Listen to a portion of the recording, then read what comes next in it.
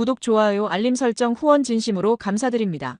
오늘은 인도와 K방산, 그리고 KF-21 수출 현황에 대해 정리해드리겠습니다. 먼저 수출 현황 관련 소식부터 전해드립니다. 인도 공군 참모총장의 한국 방문 결과는 철저히 비공개로 유지되고 있어 이에 대한 국민적 궁금증과 관심이 커지고 있는 상황입니다.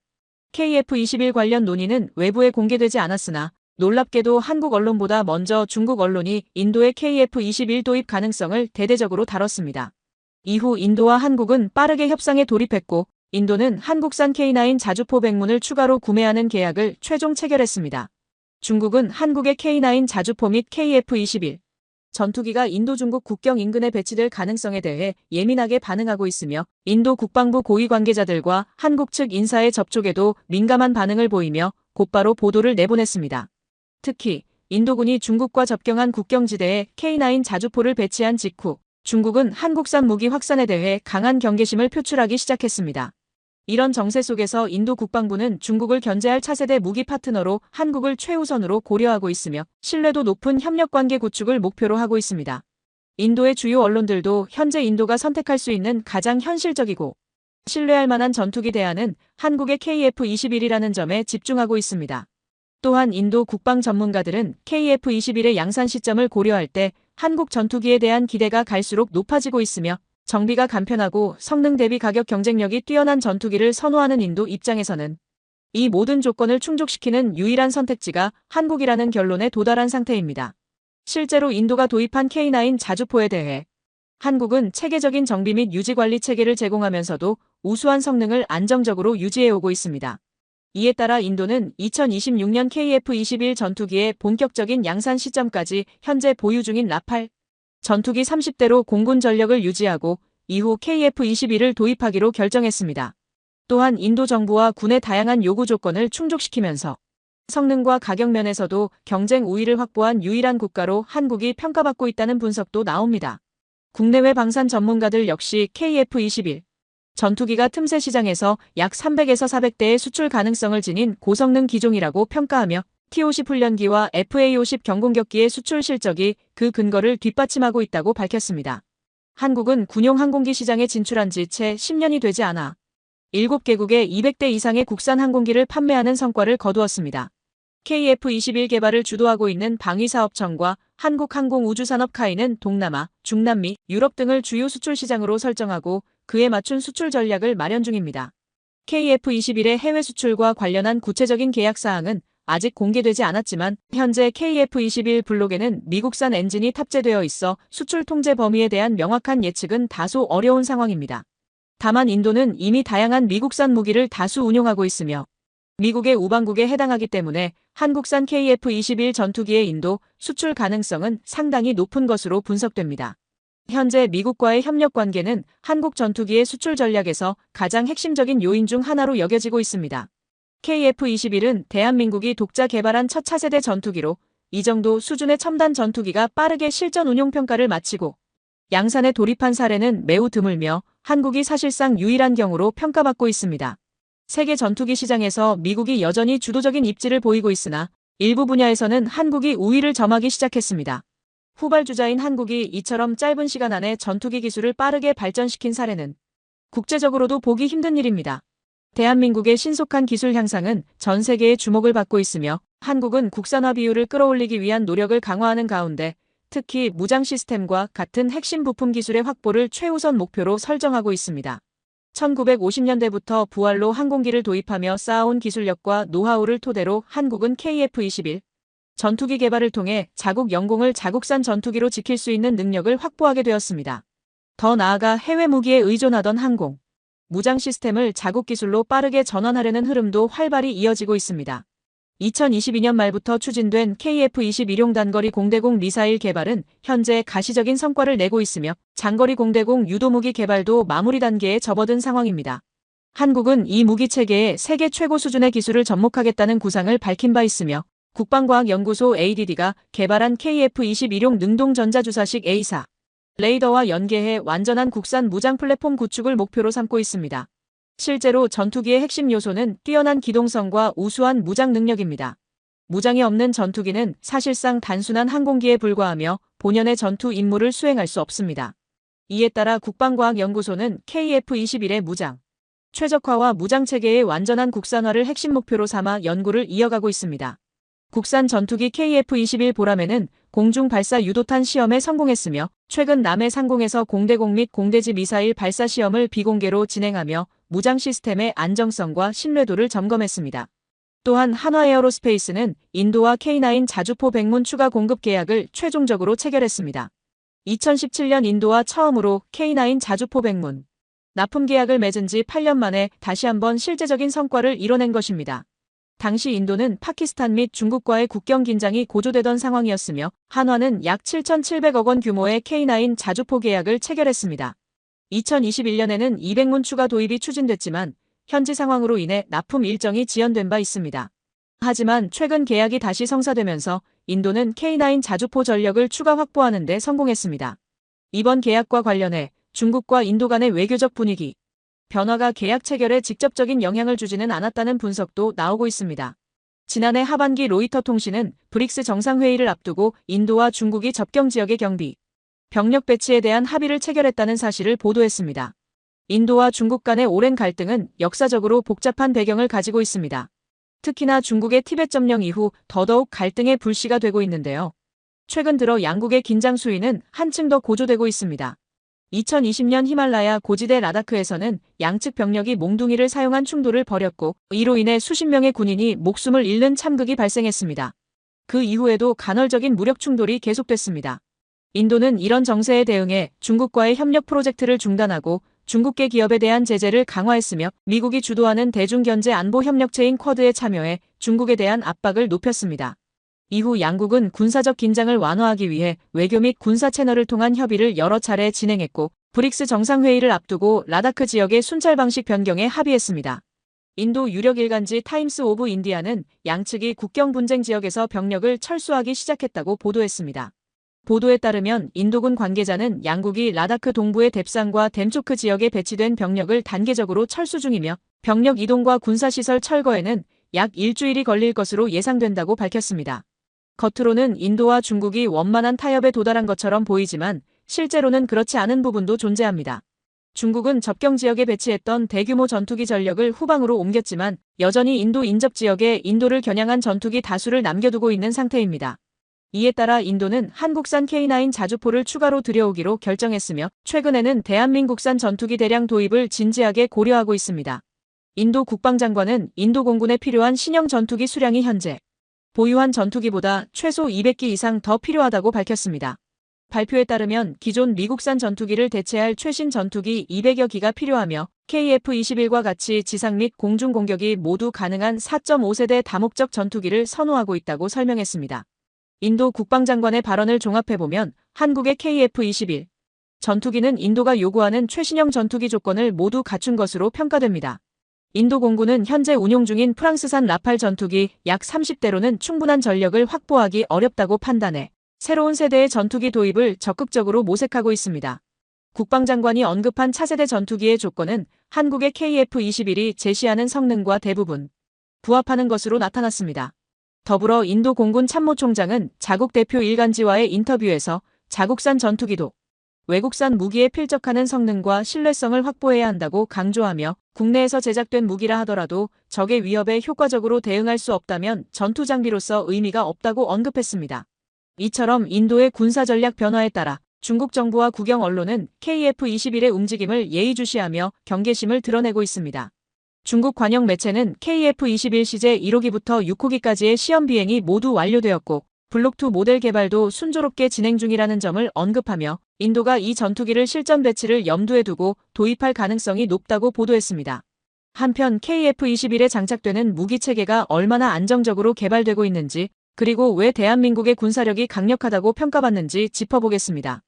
KF-21은 국내 방산 기술을 바탕으로 설계된 정밀 무장을 탑재하면서 현대전이 요구하는 전투기 무장 성능을 대폭 향상시켰습니다.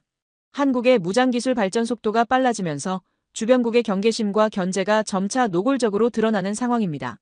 그들은 이제 대한민국이 개발한 KF-21 보라매의 무장 플랫폼을 부정할 수 없는 현실을 마주하고 있습니다. 현대전에서는 제공권 확보를 위해 미사일 한 발에 수십억 원을 투자하는 것이 일반적인 전략으로 자리 잡고 있습니다. 국산 초음속 전투기 KF-21은 날카로운 매의 발톱처럼 위협적인 고성능 유도무기를 장착해야만 합니다.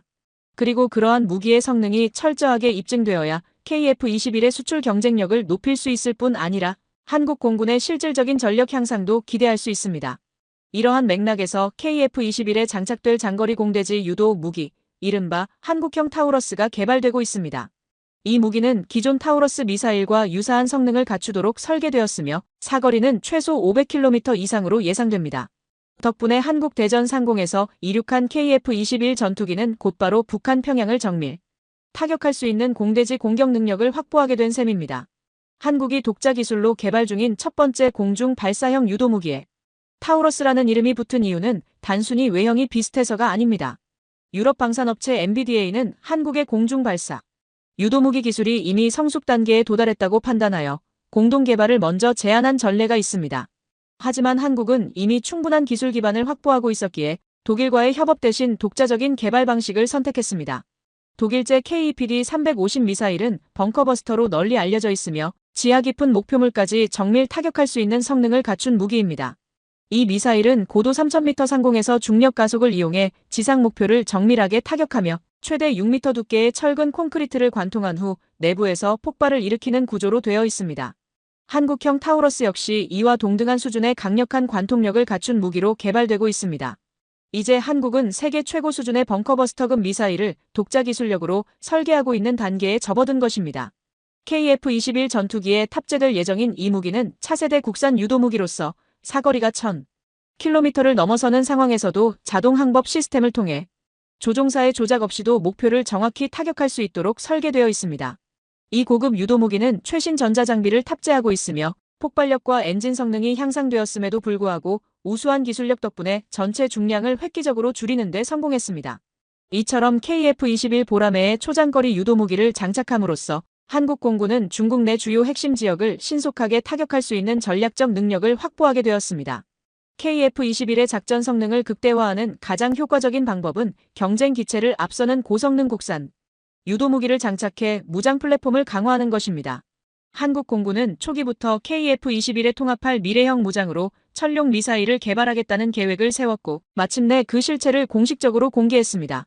천룡 미사일이 지상 표적을 정밀하게 타격하는 영상이 공개되며 한국의 무기 개발 기술이 세계적 수준에 도달했다는 점이 입증되었습니다. 국방과학연구소 ADD는 SLBM과 초음속 대함 미사일 개발에 이어 그동안 소문만 무성했던 KF-21용 천룡 미사일 실무를 처음으로 선보이며 대한민국이 세계적인 공대지 미사일 보유국 반열에 올라섰음을 공식화했습니다. 특히 장기간 갈등을 이어온 중국의 주요 행정시설, 에너지 기반시설, 군사기지, 공항, 항만 등을 정밀하게 타격할 수 있는 미사일로서 천룡 미사일은 결정적인 전략 자산으로 평가받고 있습니다. 천룡 미사일에는 국내에서 개발된 스텔스 기술이 적용되어 레이더에 감지되는 면적이 대폭 감소했으며 순항 미사일의 핵심 기술도 한국 고유의 방식으로 구현되어 한 발만으로도 적의 방공망을 무력화할 수 있는 성능을 갖췄다고 국방과학연구소는 밝혔습니다. 이 발표 이후 중국 정부는 민감한 반응을 보였고 중국 관영 매체인 환구시보 역시 대한민국의 KF-21 전투기와 천룡 미사일에 대해 별도 보도를 내놨습니다. 최근 중국의 제-20 전투기들이 잇따라 추락 사고를 겪고 있는 가운데 한국이 천룡 미사일을 KF-21에 탑재한다고 밝힌 사실은 중국의 적잖은 충격을 안겼으며 일부에서는 거의 충격에 가까운 반응도 나왔습니다. 이처럼 적대 국가들조차 위협을 느낄 정도의 성능을 가진 천룡 미사일의 사거리는 현재 약 800km 수준으로 알려져 있습니다.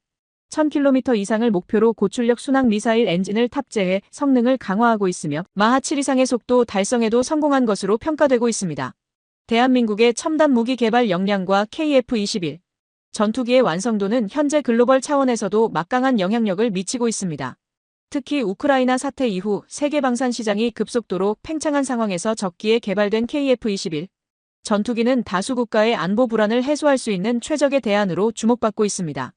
그 배경에는 KF-21이 장착한 무장체계가 경쟁 전투기 대비 현저히 뛰어난 성능을 갖추고 있다는 점이 있습니다. 현재 여러 국가들이 고조되는 안보 불안에 대응하기 위해 방위 예산을 재조정하고 있으며 국방력 증강을 위한 대규모 예산 집행이 활발히 이루어지고 있습니다. 앞으로 10년 이내 전 세계 방위 예산은 한화 기준 약 2,900조 원을 초과할 것으로 예상되며 이는 제2차 세계대전 이후 최대 규모의 방산 호황이 이어질 것이라는 분석으로 이어지고 있습니다. 하지만 이러한 추세 속에서도 모든 국가가 무기 수출 기회를 얻을 수 있는 것은 아닙니다. 무기 수출은 단순한 판매를 넘어 외교적 영향력 확대와 직결되며 빠른 납기, 합리적 가격, 우수한 성능을 갖춘 국가만이 글로벌 시장에서 경쟁력을 확보할 수 있습니다. 과거에도 무기 수출은 수출국의 막대한 경제적 이익과 산업 성장을 가져다 준 바 있으며 현재 이 모든 요소 가격 경쟁력, 우수한 성능, 빠른 납품, 철저한 후속 지원을 동시에 충족시키는 나라는 실질적으로 대한민국이 유일하다는 평가를 받고 있습니다. 이번에 공개된 KF-21 전투기는 세계 최고 수준의 무장 시스템을 탑재하고 있어 세계 각국이 한국산 무기 체계에 강한 관심과 기대를 나타내고 있습니다. 그 과정에서 수많은 난관이 있었으며 특히 부정적인 시선과 반대 목소리가 적지 않았습니다. 전반적인 개발에 들어가는 비용과 기간을 고려했을 때 단기간 내에는 전투기와 무장을 함께 구매하는 것이 더 효율적이라는 인식이 줄을 이뤘기 때문입니다. 하지만 자주 국방을 포기하는 순간 이는 단지 기술 자립의 문제를 넘어 정치적 경제적으로도 미국이나 다른 군사, 강국에 장기적으로 의존할 수밖에 없는 처지에 놓이게 됩니다. 실제로 KF-21 개발 과정에서 한국은 미사일과 관련한 사안으로 미국의 외교적 압박을 직접 체감한 적이 있습니다. 한국이 KF-21에 자체 개발한 A사 레이더와 항공전자 장비를 탑재하겠다고 선언하자 당초 설계 초기부터 논의되어 왔던 AIM-120 중거리 공대공 미사일 제공 약속을 미국이 일방적으로 철회하겠다고 통보한 것입니다. 미국이 내세운 공식적인 이유는 KF-21이 아직 개발 완료 단계에 도달하지 않았다는 점이었지만 그 이면의 의도는 뚜렷했습니다. 한국의 KF-21 개발로 인해 글로벌 방산 시장에서 한국의 입지가 빠르게 확대되는 것을 경계한 미국이 오랜 시간 자국에 의존해온 한국이 독립적인 행보를 보이자 견제에 나선 것으로 해석됩니다. 미국은 애초에 KF-21 사업이 실패하거나 설령 성공하더라도 최소한 10년에서 20년간은 한국 방산 산업을 통제할 수 있으리라 예상했습니다. 하지만 한국의 급속한 성장과 기술 진보는 이러한 예상을 완전히 뒤집었습니다. 한국이 미국의 핵심 동맹이라는 사실에는 변함이 없지만 기술 자립을 기반으로 한 미국의 비공식적 견제는 오랫동안 지속되어 왔습니다. 결국 KF-21에 처음으로 탑재된 공대공 미사일은 미국산이 아닌 영국에서 생산된 무기로 교체되었습니다. 해당 무기는 최대 마하4의 속도와 300km에 이르는 사거리를 자랑하는 미티어 미사일로 현재 운용 중인 공대공 미사일 가운데서도 가장 위협적인 전력으로 손꼽히고 있습니다. 미티어는 공기 유입, 압축, 연료 혼합, 연소 과정을 통해 고속가스를 분사해 추진력을 얻는 덕티드 램제트 방식의 엔진을 채택한 무기로 잘 알려져 있습니다. 기존의 고체 추진체 방식보다 훨씬 긴 사거리를 제공하며 장거리에서도 지속적으로 고속을 유지할 수 있어 최고의 공대공 전력으로 평가되고 있습니다. 미티어가 도입되면서 한국은 단거리 공대공 미사일 또한 미국산이 아닌 독일산 아이리스티 미사일로 교체하게 되었습니다. 결과적으로 유럽산 공대공 미사일 체계로 무장이 통일된 셈입니다. 결과적으로 KF-21 전투기에 유럽제 무기를 중심으로 한 무장체계 구축 움직임이 본격화되자 미국도 통합을 용인하며 한 걸음 물러설 수밖에 없었습니다. 초기 개발 당시 미국 정부는 KF-21이 자국의 지원 없이는 성공하지 못할 것이라고 비판했으나 전투기의 성능이 입증되자 결국 미사일 수출을 승인하지 않을 수 없었습니다. 미국, 영국, 독일 무기체계를 통합한 덕분에 KF-21은 방산 역사상 전례 없는 유연성을 갖춘 전투기로 평가받고 있으며 각국이 자국의 작전 여건과 군사 전략에 맞춰 맞춤형으로 도입할 수 있는 기반이 마련되었습니다. 이와 같은 이유로 KF-21은 세계 전투기 시장에서 점점 더 존재감을 확고히 하고 있습니다. 특히 한국은 북한과 지속적인 군사적 긴장을 유지하고 있는 국가로서 전자 장비자 주포미사일 등 지상전을 중심으로 한 전력 개발에 집중해 왔습니다. 또한 대규모 병력에 장비를 보급할 수 있는 대량 생산 체계를 유지하며 유사시에 대비한 철저한 방어 전략을 구축해 왔습니다. 여기에 막강한 화력을 바탕으로 구축된 무기 체계는 한국 무기의 전투력을 세계 최고 수준으로 끌어올리는 데 핵심적인 역할을 했습니다. 화력 강국이라는 표현이 한국을 설명하는 이유도 바로 여기에 있습니다. KF-21의 뛰어난 무장 능력뿐 아니라 현재 개발 중인 한국형 핵탄두 미사일로 불리는 현무5의 압도적인 파괴력 또한 전 세계의 이목을 집중시키고 있습니다. 또한 한국은 2200대가 넘는 전차와 1만 1천문 이상의 포병 화력을 보유하고 있으며 국토 크기에 비해 매우 강력한 지상 전력을 유지하고 있습니다. 과거 항공기술 부문에서 후발주자였던 한국이 이제는 전투기 시장에서도 존재감을 드러내며 강력한 경쟁력을 확보한 상황입니다. 이미 우수한 화력 기술을 보유한 덕분에 한국의 항공 무기 체계도 빠르게 고도화되고 있습니다. KF-21 전투기가 세계적으로 주목받으면서 한국 방산 기업들도 세계 방산 시장에서 더욱 견고한 입지를 다져가고 있습니다. 대표적인 사례로는 폴란드가 한국과 수출 계약을 체결한 지 1년이 채 지나지 않아 FA-50 전투기를 인도받은 것입니다. 반면 미국은 폴란드에 F-16 전투기를 2030년에야 제공할 수 있다고 밝혔으며 이로 인해 한국 전투기의 납기 속도가 얼마나 빠른지를 단적으로 보여주고 있습니다. 기체 성능, 신뢰도, 납기 속도를 동시에 만족시킬 수 있는 국가는 현재로서는 대한민국이 유일하다는 분석도 제기되고 있습니다. 이러한 배경 덕분에 아직 양산 초기 단계임에도 불구하고 KF-21 전투기에 대한 수출 문의가 쏟아지고 있습니다. 한국은 체계적인 생산 시스템과 안정된 공급망을 갖추고 있어 항공기 제작 및 조립 공정이 크게 단순화되어 있습니다. 생산 효율성을 중시하는 한국은 빠른 납기 능력은 물론 KF-21의 무장 성능 향상에도 박차를 가하고 있습니다. 대한민국은 효율성을 최우선 과제로 삼아 국방과학연구소 ADD와 LIGNX1이 공동으로 KGGB를 개발했습니다. 이 무기는 한국 공군이 대량으로 보유하고 있는 500파운드급 일반 폭탄을 저비용으로 정밀 유도 폭탄으로 개조하기 위해 탄생한 기술입니다. 쉽게 말하면 적은 예산으로 공대지 정밀 타격 능력을 대폭 향상시킬 수 있는 기술이라 할 수 있습니다. 우리나라의 미사일 기술 개발은 현재도 빠르게 진전되고 있으며 군용 항공기 수출 역시 순조롭게 진행되고 있다는 평가입니다. 대한민국은 빠른 속도로 첨단 무기 체계를 발전시키며 세계 각국에 깊은 인상을 남기고 있습니다. 최근 전투기 시장에서는 다양한 항공 무장을 얼마나 빠르게 통합하고 운용할 수 있는지가 중요한 평가 기준으로 떠오르고 있습니다. 사용 가능한 무기 선택지가 다양할수록 우리 군에도 유리하고 동시에 해외 구매국의 주목을 끌 수 있는 핵심 경쟁력이 됩니다. 한국은 외국산 항공 무기 도입을 이어가는 동시에 자체 개발한 한국산 무기 체계에서도 의미 있는 성과를 지속적으로 내고 있습니다. 구독, 좋아요, 알림 설정 해두시면 매일 신속하고 정확한 방산 소식을 전달해드리겠습니다. 시청해주셔서 감사합니다.